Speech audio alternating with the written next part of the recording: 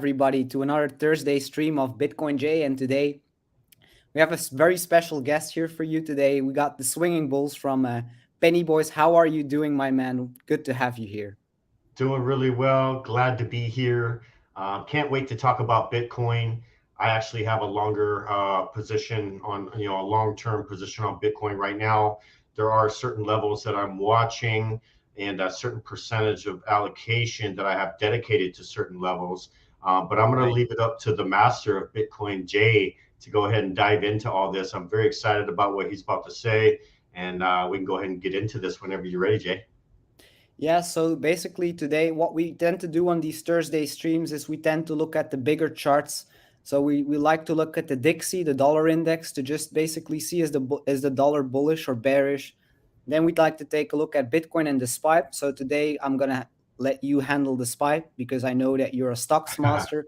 And That's I'll right. just start off with Bitcoin here, and then we'll just take a look at the dollar, and then you can take the SPY because I think it's like really crucial times here for Bitcoin to basically be very vigilant and be very alert because you're basically for Bitcoin, obviously we had a big low over in June, that 17.6k low. Well, the thing is that could very well be a double bottom and you don't necessarily have to come that low again. So we're basically retracing and there's a lot of blood in the streets. And if you go to like CoinGlass, you can see a lot of people are getting liquidated. Like yesterday there were 350 million liquidations, 90% liquidated longs. But that's really when you see things like that, the fear and greed index is like in the floor. That's when you basically typically tend to like bottom out. Like I'm not saying that this 100% is the bottom, but the market conditions before you actually bottom out, they always feel the worst. And people tend to at one point in the market, it's just drags on. You had this uptrend, and here people didn't like if you didn't take profit, it's like painful. And the market will basically drag you along for a couple of months and basically test your patience, like can you handle that. And then people obviously when they see their portfolios are down, these red days, you see these nasty candles for Bitcoin, people become panicky. They start selling their crypto holdings. They're like, oh, it's going much lower, it's going much lower. But if we simply take a look at Bitcoin here on the daily time frame, one like area that I like to refer to a lot is these lows here previously in the past summer. So there's very similar things that we have here. So basically we had a wick there, start off, and then basically we came back to it once, and then ultimately we never came back to it again. So I'm basically saying, well, what if you're here? What if you start shorting into support here? What if you're all bearish and you like see everybody talking about much lower levels, which obviously they can come, Yeah. but you're basically retracing to a low level of support here. And there's a couple of things in the charts that basically told me the past few days that I want to have like a bullish bias. So like my last 3-4 trades over in Titan, we've traded them last like live. All of them were long. So basically for Bitcoin, we have this low and then we basically came up, had a higher low. Now this higher low is like a very important price zone. This is 18.6k for Bitcoin specifically. That's Right. an area where there was a lot of liquidity in the market. Basically, people that went long anywhere in this range, they still had their stop loss under 18.6, whatever. Yep. You tend to come back to that area to at least get the stops out. So that's what you saw here. And then we basically wicked below it once again. Always like one thing that is very important for me here on Bitcoin on the daily time frame is that we never close the daily candle below 18.6k. Yes, we wicked above it, below it once, twice, three times. And I Yeah. also think that if you're going to come back to this level now to 18,600, because this support has been tested once, twice, three times, well, basically, the more times you touch it, the weaker it becomes. So I think that maybe probably the fourth time you come here, it would already make sense to start looking for shorts to that Yep. lower level Yeah. because you're simply retesting that level so many times. But the thing is, you're simply above it. You basically got the stop losses out. You drove the fear of God into people. And Sure. basically, what we have been doing over in Titan, we've been longing the liquidations here. Literally, when we went to lower time frames, like if we take it to a 1 hour time frame here. Well, Oh, Jay, I don't mean to interrupt, but when we yeah, get those wicks down, when we right. see those wicks down, Hmm. the important thing to remember is the body of the candle actually closed above that emergency area Right, there. right. And when you see those long licks, Hmm. the long wicks wicking down like that to that extreme, it's 100% a liquidity hunt.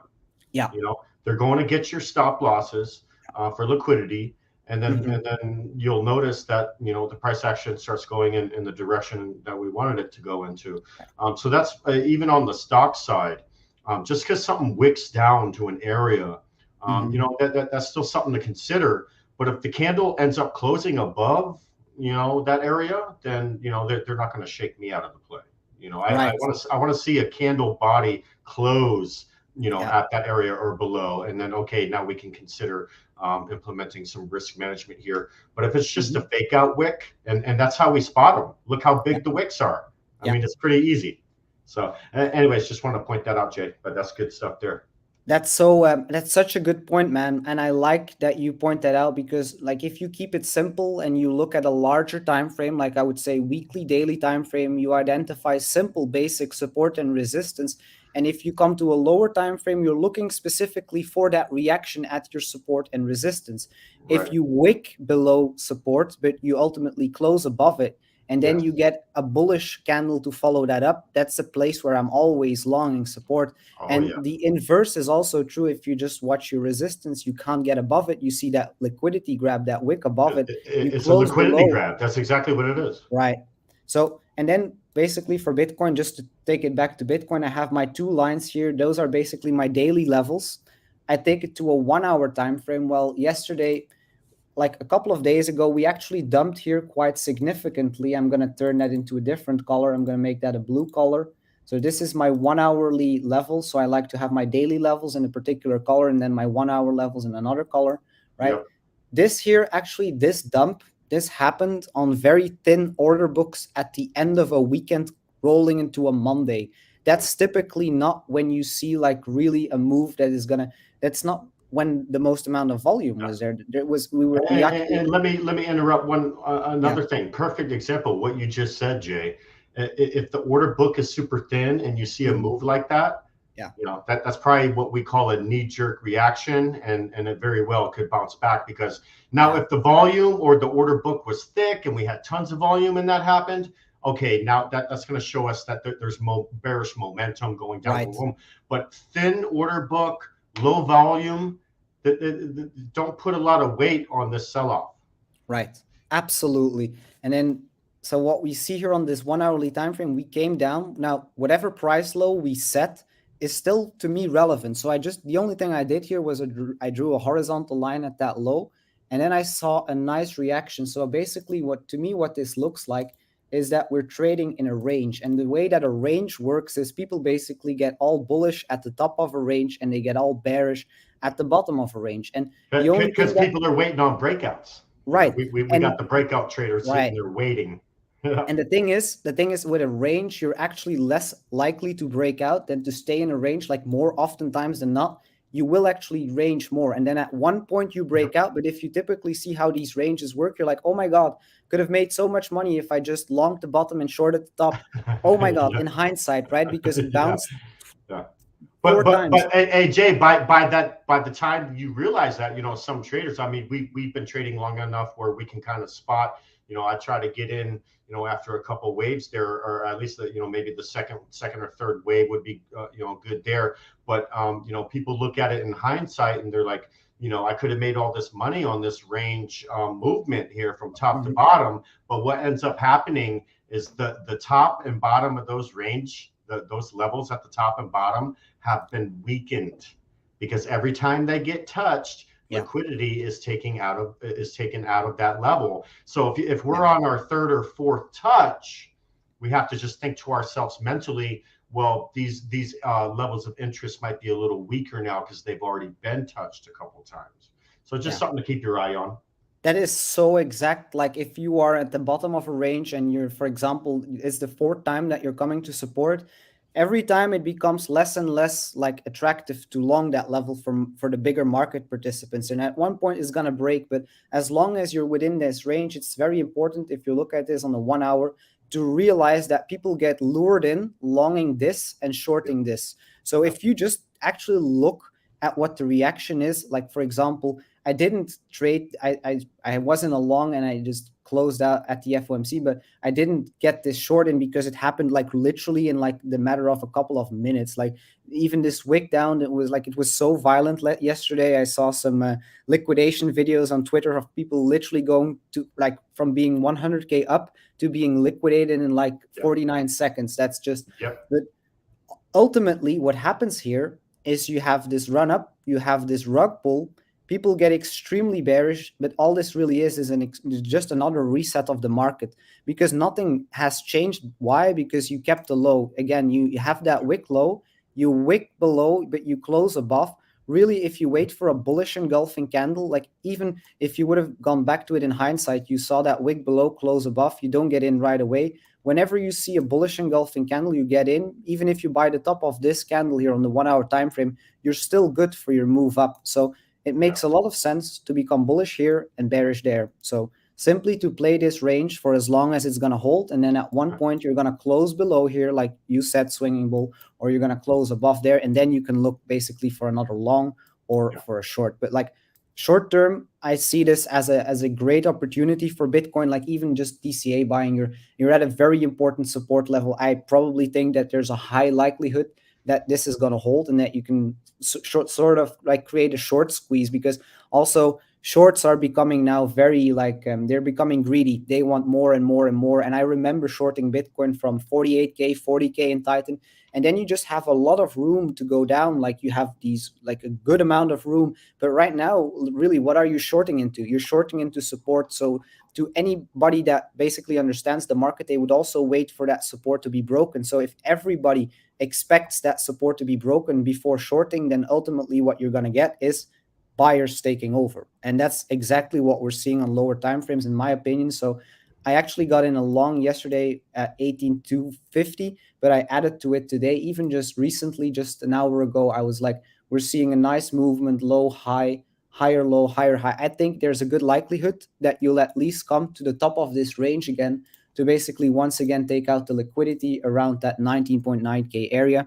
Now, like you said, the more times this is hit, the more times you're basically going to be good for continuation here. So I would say if you're positioned in a long, you would always take profit at the end of the range, which would be at around 19,750 right now. But definitely leave some of your position open, because if this breaks, it's going to be a floodgate. And then what you see here, this kind of price action is still very relevant. It was a huge dump, but the reality is that this can turn into a huge pump too. Like again, there's not much volume traded here. So that's kind of what I'm looking for Bitcoin, and why the title of this video is or this live stream is called like short squeeze loading, because it's truly from an area like this that you're ultimately going to do that. Right. Yeah. It's kind of what I have for down there. Yeah, no, I love that orange rectangle at the bottom of the chart there. I mean, that's kind of loading zone, you know, and I love it. And the range it's trading in, you know, you can go long at the bottom blue horizontal line, go long there after we see a buyer step back in, go long there, take profits at the top bar. And basically, you know, these range trades, you know, just rinse and repeat until it doesn't work. If you have proper risk management in place, the time it does break against you, you're going to stop out minimal loss, and you've already ran the train a couple times there, and you're going to be just fine. That's absolutely it, man. That's how to trade these ranges. Trade the ranges, leave some of your position open for, because also if you're in a long here, one thing that is very important, what I see still a lot of people do is like they close their position completely. Now you got to understand, if you close your position completely, you have to worry basically about re-entering, and the market is then likely to lure you in at like the worst time. So it makes a lot of sense, if you're in a good profitable position, you take profit, but you let the rest run. You put that stop loss to wherever you entered, and you just rinse and repeat like you said. But I'm gonna let you take it to the SPY right now, because that's kind of what I had on Bitcoin. So if you want to take it from here. Sure. Let me go ahead and put my screen up here. Absolutely, man. Put my chart up here. There we go, right there. And just overall picture with SPY. I just wanted to point out, you know, I'm not going to get too in depth here, but I do want to point out some major trend lines, you know, in the midterm and the long term, you know, kind of bird's eye view as well. This is the daily chart of SPY, which is the ETF that follows the S&P 500 index. So, you know, I got a naked chart right here. No, you'll see that there's no moving averages or anything like that. Of course, I got the RSI, MACD. I do like using the MACD. To be honest with you, I don't really need it for what I'm doing, but I love the price action with the RSI. Let's just keep that as bare bones there, okay? So the first trend line I want to point out on the SPY is going to be the overall bearish trend that we've been in for 2020. Okay, we hit the high on SPY of 474.49. This was right after New Year's Day. We actually did hit that high, and a lot of people got trapped at the beginning of the year. Normally, the beginning of the new year, the market does like to run, especially for the first couple months. And this is the first time in a long time that we've started out the year this way. Okay, but the first trend line I want to point out is the overall trend line that's formed right here. Okay, so we can look at the smaller time frames all you want, but as far as sentiment on where we think the market's going, we really got to get out past this yellow trend line before I consider buying more leap options, which is something maybe a year or two out, something like that. I'm personally not buying any leaps until we can get above this yellow line here, which would make us overall, basically we're getting out of this bearish trend. So that's the long-term trend line people need to keep in mind in the back of their minds, okay? Until we can get past there, the 2022 trend has not been broken. Okay? Yeah, exactly. So this is just a bird's eye view, folks. Now let's get to some levels that we can look at as far as maybe the past couple months, something like that. So just a simple Fibonacci retracement, Jay. I know you love these things. Yeah. And we're just going to draw it from the bottom there, which was 360.69. I'll adjust that in a minute, and we'll just draw it to the top there. Now, here's some levels we can be looking at while we're waiting on this yellow overall trend line to break. Okay, and you can see where the price action is hitting. I said this last week. It was around 387. I'm probably off a couple cents down there at the bottom, but right around the 387 level is where we bounced earlier this month. This was like two weeks ago. Okay, we did hit this 387 area. I like to call it like 387 to 390. Just like what we were talking about before, Jay. We do have these wicks. Yeah. And the way to account for the wicks is that's how we have zones. Okay. Right. So the zone I'm in when this bounce happened, it's going to be like the 387 to 390 is where I'm looking for a bounce, which people were hoping was going to happen over here based on the previous price action. Yeah, but then what happened? You broke that level, so now it's turning into resistance. So and they market movers pulled out a couple traps on this one. Not only did they catch the anticipation traders when this particular red candle for the day closed on September 15th, at the end of this day, there were people going buying call options and going long. Yeah. These are the traders. I call them anticipation traders. They're not, there are some successful ones out there, but they're not waiting for confirmation. They're called anticipation traders. All of them got wrecked on this next day. Right. Now, the interesting thing to point out is we did gap down that day, and we ended up below the 61.8% fib line, Jay, which I know, we love this level. You're right. Surprised how mathematics, it lines up with price action, which is, this theory has been around forever. It's mind blowing, right? It's been, and it's going to be like that in 10 years from now. So. Oh, absolutely. Yep, I agree. And, the interesting thing is all the people, the anticipation traders that went long at the end of this red candle day, they all got knocked out. Okay.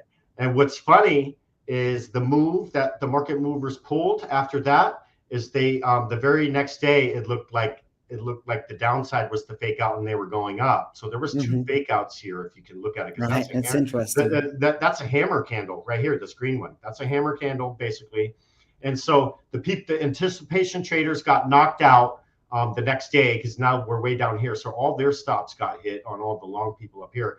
And then the market bounced back. What I feel bad for is the anticipation traders probably jumped back in when this happened. You know, Right. they got, and what really sucks is they got wrecked twice, basically. I actually personally know some people that like to anticipate trades, and they got burned twice just on these 3 days. Yeah. And So lo, the thing, the and thing lo and really, behold, the shorts won. You know, right. so And the thing is, if you're looking at a bounce from that area, like if you're an anticipation trader, like you say, you're basically hoping. But then if you're a patient market participant and you get in maybe even 1% or 1.5% higher, and you wait for that confirmed, okay, we're going up, people, yeah. then you're just going to be way better off, because yeah, you might be a little bit late, but you're going to be way safer. So yeah. Well, and Jay, we talk about that all the time. Is I don't mind sacrificing a percentage Right. of the play to boost my chances on the play being successful. So Absolutely. if we take our total risk to reward and we take our total reward, I don't mind cutting a couple slivers off of that to get the confirmation that it is going in our direction and we're getting the Absolutely. momentum we've been waiting for. So I'm big on that type of strategy. Is let's go ahead and wait. I'll sacrifice a little bit of my gains to make Mhm. sure it's going in my way. You know, Right. it's not too complicated, but there is an emotional aspect of it. Some traders aren't willing to sacrifice a piece of the play. I personally am, and if you want to be consistent in the long term, you know, Mhm. you'll start doing that as well. You know, is just generally For speaking. real. Um, but so what ended up happening is, you know, the longs actually got faked out twice here, and we ended up dropping. So I got my eyes on the mid 370s. I've been saying that for the past couple days, actually, for Mhm. as a downside level to look at. And lo and behold, that's where we're at. We're in the mid 370s. I did have some other levels pointed out on the SPX earlier, which is, you know, that's trading in the 3,757 Right. right now. And the levels I'm looking at, actually, yeah, we can go ahead and pull this up on Thinkorswim. I don't mind sharing this. And so some of the bigger time frames I'm looking at, you type in SPX on the right screen here. And I just want to show you this 4-hour chart that I was looking. Ooh, let me type in the X there. I missed that. I just want to show everyone the 4-hour chart. What I'm seeing is, you know, really long-term levels that we need to be looking for as far as the S&P 500 in general. And as you can see, let me just change this indicator just a tad bit up here. Let's make this, I think I'll go to 41 on that. Okay, yeah, so here's the levels I was watching here for longer term picture here. We zoom in just a little bit, but I want to get all the price action in here. So earlier today, actually yesterday, you know, when we started breaking, specifically this day, when we broke out of this longer term trend here that was formed on the S&P 500, this is the Right. SPX here. That was your warning sign. Yeah, this was the warning sign, folks, that I actually caught. And I've been selling call credit spreads on SPX for the past week, and made some great premium there on the That's selling side. We did have some consolidation in this area here. The zone I'm looking for is this 3721 on SP 500.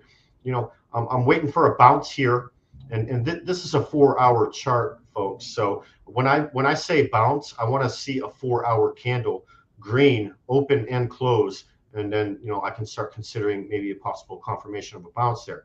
I'm not talking about a 15-minute candle. I'm not talking about a 5-minute candle. Okay, well, I want a big boy time frame candle to yes. open and close green. Yes. These are the kind of confirmations we need to wait for. Okay. Yeah. So these are some of the long-term levels here. I can actually go to the SPY because now that I'm on the 4-hour time frame here, and it's kind of similar levels that I'm watching. So here's actually SPY. Okay, same MO, right? With SPY, it's the ETF that follows S&P, so it's going to have the same MO as far as price action. We broke out of this trend line here, which was the overall trend. And here we go. So the level we're looking for now, and I said this the other day, if we can't hold the mid 370s, Mm-hmm. and you know, the next level is going to be low 370s. If we can't hold low 370s, folks, we will be testing 2022 lows 100%. Right. Absolutely. That's the next thing, because then you're falling through all of your Fibonacci levels that you've then shown. You've lost the 618. You lost this. Once you start losing that 786, which you're kind of doing there, that's already kind of a warning sign that you can come down lower. But then I think it's just important to round it up there, just to say that we're basically arriving also at support. So shorts are becoming it's becoming exponentially more difficult to short there. And once you break below the 2020 lows, 2022 lows, then likely you'll get still more than enough chances to go short. So immediate short term, I think that we can see some crazy volatility also to the upside, but we'll have to see how that plays. I know that you're going to be killing it over in the Penny Boys Discord as well as I am, and I'm going to be live trading on Titan very often. We've been doing that for the past few days, so definitely come join that. It's free during these important days. You can just hop into the Titan Discord, hop into the Penny Boys Discord, and check it out. That's amazing that you gave us some of the levels. Now, just to round it up, just the last question. If we do break the 2022 lows, what is the next thing that you're looking at? If we break the 2022 lows, okay, which is going to be on SPY specifically, we already know it's 360.69. Okay, it's going to be an interesting time. Now, some of the longer term levels, we're going to have to go back in during the bull run that happened after COVID news was released in 2020. Okay, now we have to go back 2 years to try and find some new levels. Okay, so the next level of interest that I'm seeing is probably going to be, and how to spot these levels is we want to look for the rips and kind of see where it settles after the rips a little bit. Right. So here's the last rip that was right after COVID was released. This was in 2020, towards the end of the year in 2020. So my eyes would probably be around this level, which is going to be the 340s and 350s for sure. I love that. And let me just draw a horizontal line and why I think that. Because not only do we have it settling down a little bit after this rip, but look where else it hit 2 other times. So we already know that this area here, folks, okay, I'd say, let's go ahead and rectangle that bad boy because of the tops of the peaks. And when the buyers did step in and where they had a little bit of trouble, and then when they were finally able to break through, this definitely is going to be a level of interest to the downside. I love that.